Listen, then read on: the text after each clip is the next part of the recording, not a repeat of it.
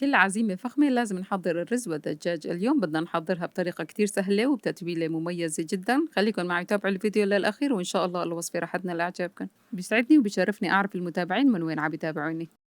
في عنا 3 أكواب من الرز البسمتي الحبة الطويلة، ملعقة كبيرة ملح، بدنا نغمرها بمي باردة ونتركها لمدة ساعة، وممكن نغسل الرز بالبداية ومن بعدها ننقعها.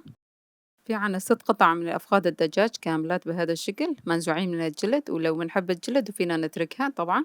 بنشكل فيه شقوق بالسكينة تتشرب التتويلة بشكل أفضل وتستوي بسرعة. رتبتها بالصينية، ممكن نستخدم صينية الفرن أو البايركس.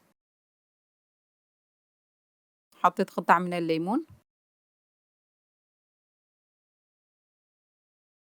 وهلا بدنا نحضر التتويلة. نص كوب من زيت الزيتون وفينا نستخدم الزيت النباتي، ملعقتين كبار من لبن الزبادي يعني يوغورت، ملعقة كبيرة ملح، ملعقة كبيرة فلفل أحمر، ملعقة كبيرة بصل بودرة، ملعقة كبيرة كزبرة، ملعقة صغيرة سماق، ملعقة كبيرة توم مهروس، ملعقة صغيرة فلفل أسود، ملعقة صغيرة هيل مطحون.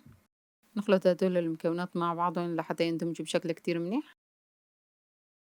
وبنحتاج كمان لملعقة كبيرة من دبس البندورة يعني صلصة الطماطم. نخلط كتير منيح وبهذا الشكل التتبيلة صارت معنا جاهزة. بنوزعها فوق الدجاج، بنغلف الدجاج بشكل كتير منيح وبنفركها لحتى تدخل بين الفراغات، وكل قطع الدجاج تغلفوا بتتبيلة. ولو في عنا وقت ممكن نتركها لمدة ساعتين لحتى تتشرب التتبيلة بشكل كتير منيح وناخد نتيجة أفضل وطعم أطيب. وبنغطيها بورق الزبدة ومن فوقها ورق القصدير.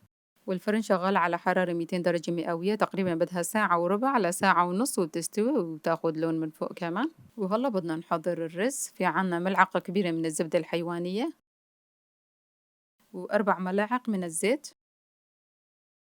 مندوب الزبدة. نحتاج لبصلة مفرومة ناعم، منقلبها لمدة دقيقتين 3، ومن بعدها منضيف ملعقة صغيرة من الثوم المهروس، منقلبها لثواني. وهلا بدنا نضيف جزرة مبشورة ناعم، منقلبها ومنحط الملح وفلفل أسود، منغطيها ومنتركها لمدة 5 دقائق لحتى تستوي الجزر. وهلا بدنا نحط الرز يلي غسلناه وكان منقوع سابقا، منقلبها لمدة 3 دقائق. وبنحتاج ل4 أكواب وربع من مرق الدجاج. منعدل الملح وإذا احتاج بنضيف. منغطيها وبنتركها تستوي لمدة 15 دقيقة تقريبا. تستوي وبتصير عنا جاهزة بهذا الشكل.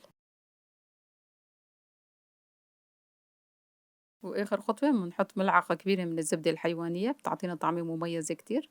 نغطيها وبنتركها ترتاح لمدة 10 دقائق ومن بعدها بنقدمها. وصينية الدجاج صارت معنا جاهزة، شايفين شويناها من فوق كمان أخذت لون كتير حلو من فوق كمان. بنقدمها على حسب رغبتنا وبندهن الدجاج بالسائل والزيت يلي طلع منه.